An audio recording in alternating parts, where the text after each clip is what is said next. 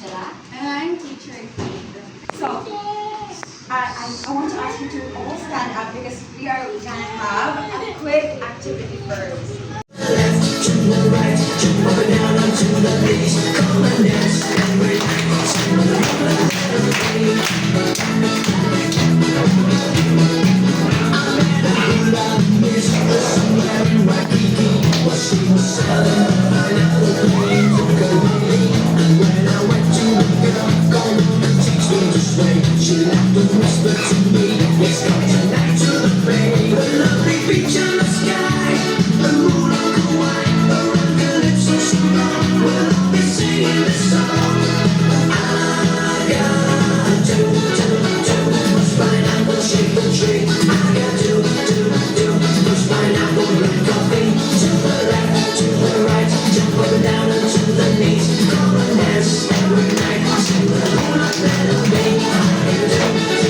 Alright, so our first activity for today is to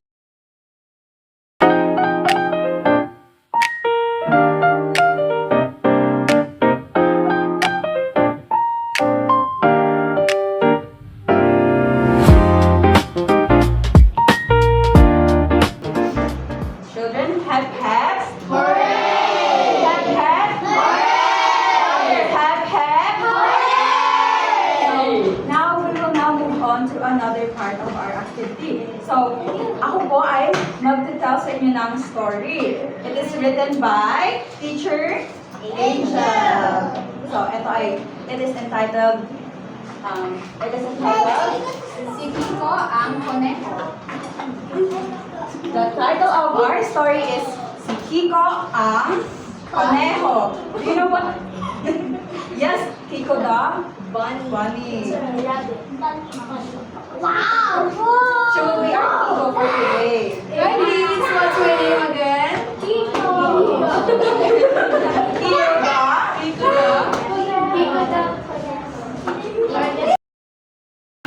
isang maaraw na umaga sa kindergarten school ni Kiefer. Si Teacher Mona ay humingiti. Bakit kaya humingiti si Teacher Mona? Dahil tinanong niya ang isa niyang student, bakit kaya humingiti si Teacher Mona? Kasi, sabi Teacher Mona, ito ay kaaraw ng kanilang moving up. Ano ba ang moving up? Gagraduate na ang mga students. Katulad ninyo, gagraduate na din ba kayo?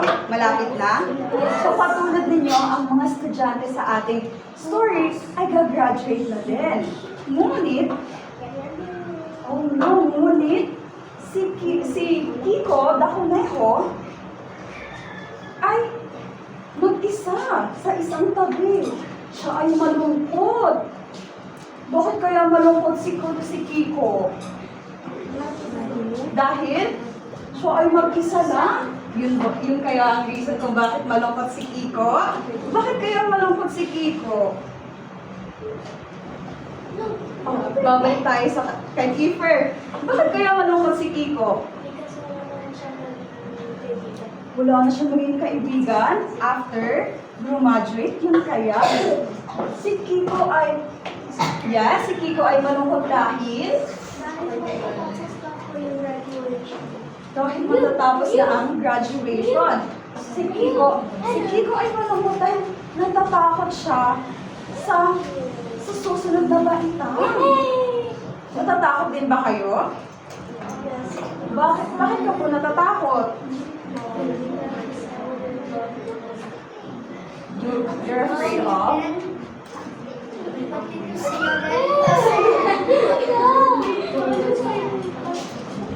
I still hear again. Bakit ka po natatakot sa pag-move ko sa another grade? May ano po?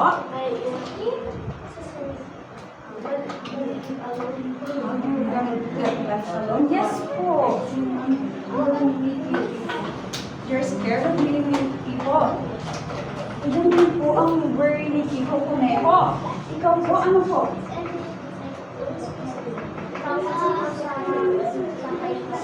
Sa heights, natatakot ka? May heights ba sa another grade?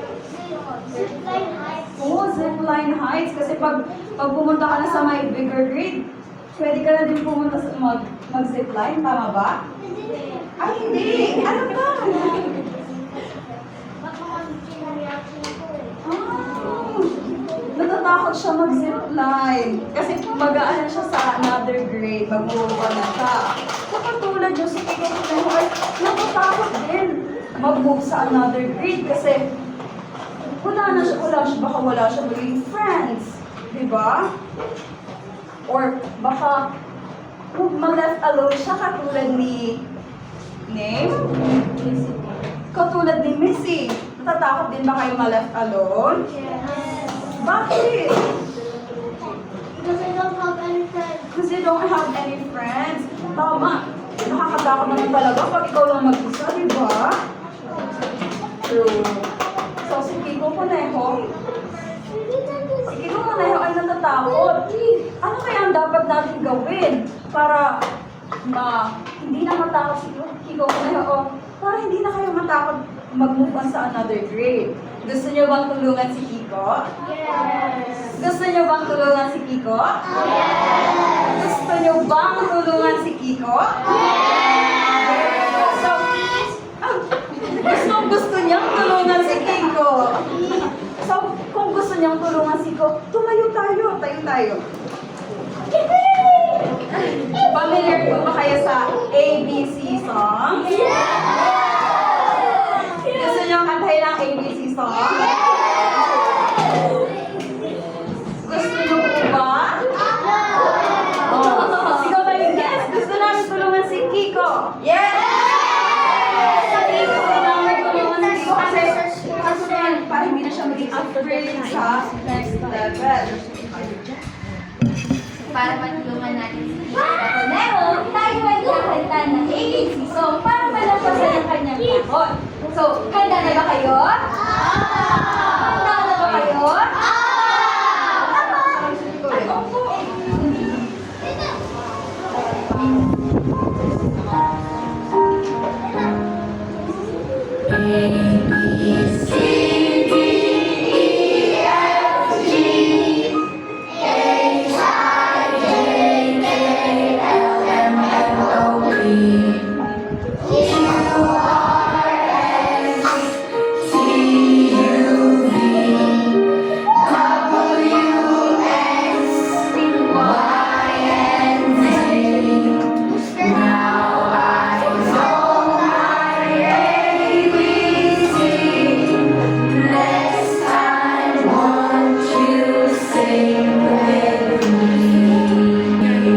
Very good. I almost got down but scared. I'm so sorry. Malakas na palakpak. Walang magaling no? Pero hindi dito nagtatagas ang pagkatakot ni Kiko. Sa totoo niya, si Kiko Kuneho ay natatakot na mag-transfer sa big school. Siya ay natatakot na kaharapin ang mga big numbers. Kasi kagaya niyo, si Kiko rin ay nag-aaral ng mabuti. Pero siya ay natatakot na baka siya ay magkamali. Kaya, para matulungan natin si Kiko Kuneho, tulungan natin siya na malagpasan ang takot sa pagpila. Alam niyo po ba kung paano bumila? Sige nga po, bumila nga po tayo hanggang 20. 1, 2, 3, 4, 5, 6, 7, 8, 9, 10, 11, 12, 13, 14, 15, 16, 17, 18, 19, 20. Very good. Natulungan niyo na si Kiko. So, takot pa kaya? Takot pa ba si Kiko? Tatanungin mo nga, Kiko, takot ka pa ba? Bakit kasi sa akin kaya natakot ka? Kasi po, tinulungan lang po ako ng mga kids. Kailangan Yeah, very good. Natulungan niyo si Kiko. Pero, hindi doon nagtatapos ang katakutan ng hindi pa rin siya tapos matakot. Bakit kaya? Magaling na siya dumilang, magaling na siyang mag-isip. Pero, kagaya nyo, natatakot din si Kiko na wala ng kaibigan.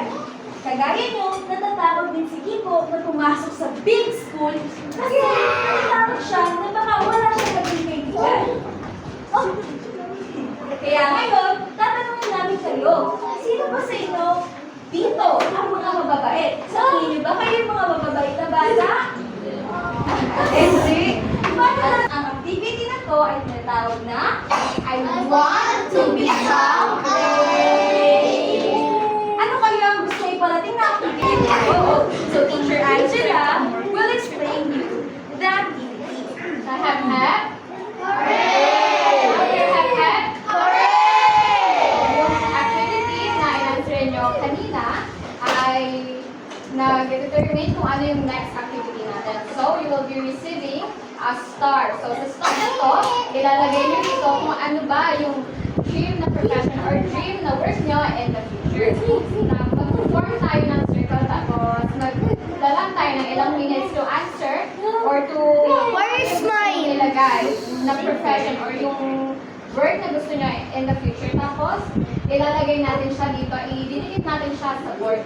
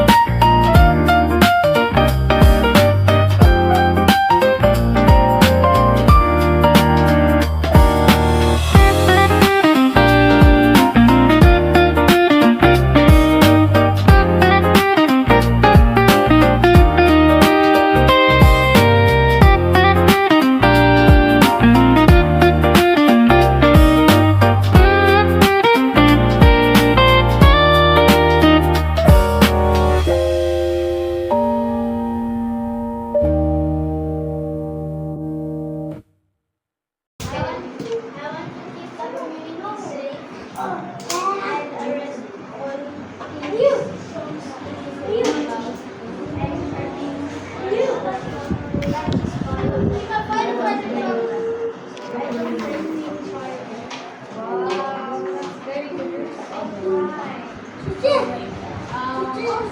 So in the future, Kael wants to become a. He wants to become a police officer. Next we have.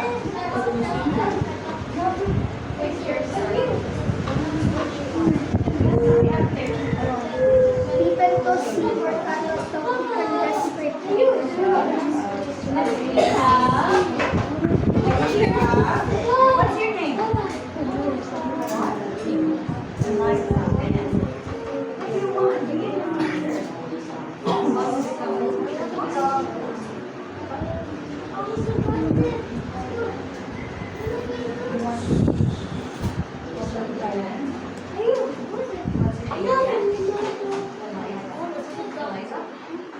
So Eliza wants to become a teacher.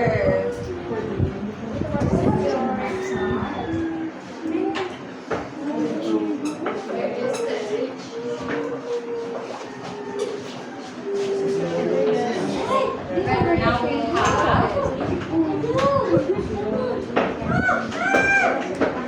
we have Erin.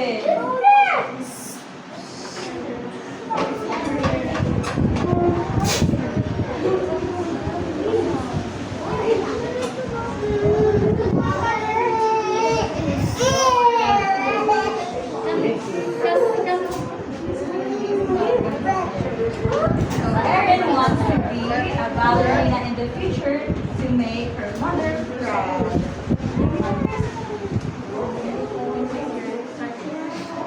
Next we have, what's her name? Ella. We have Ella. She wants to be in the future. She wants to be a teacher.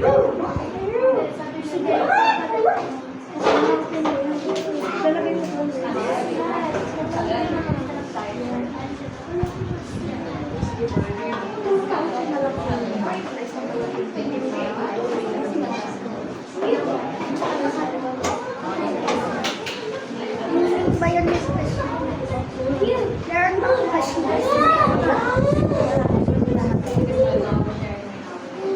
There are no questions.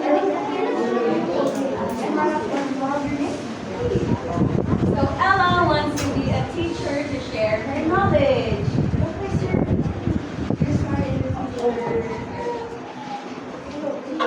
There you go. Next we have. What do you want to be in the future, Dion?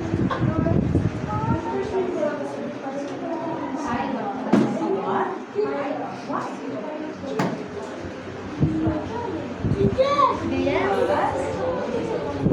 Yes, later.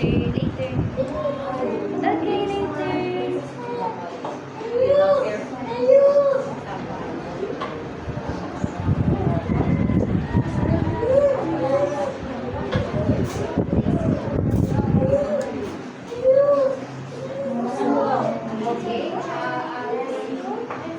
So Dion wants to be a pilot someday. Wow! How about you? What's your name? White. Right. My friend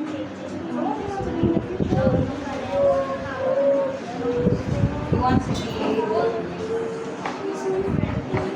art. White. They love art.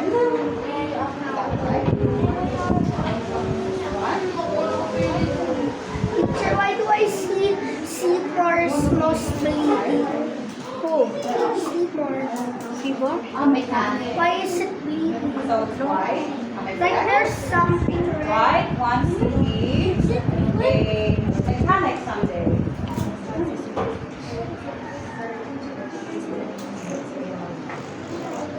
So, what's your name? Keeper.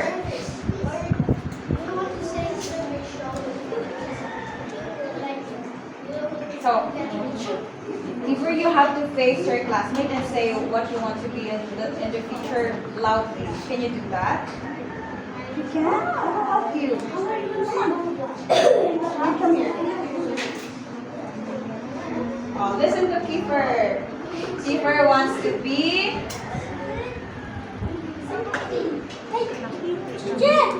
I'm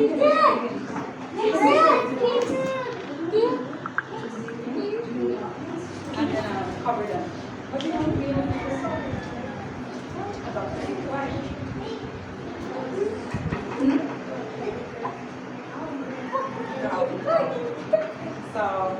So Kiefer is a bit shy.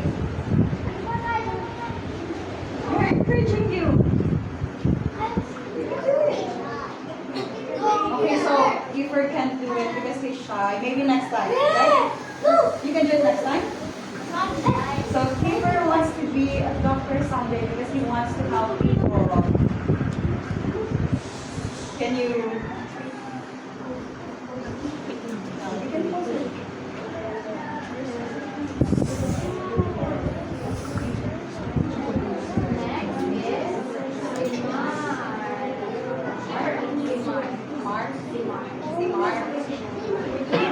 Simar.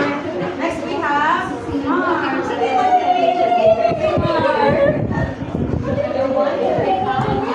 Okay, what? A dancer? A dancer. Simar wants to be a dancer someday. Wow. Very good, Simar.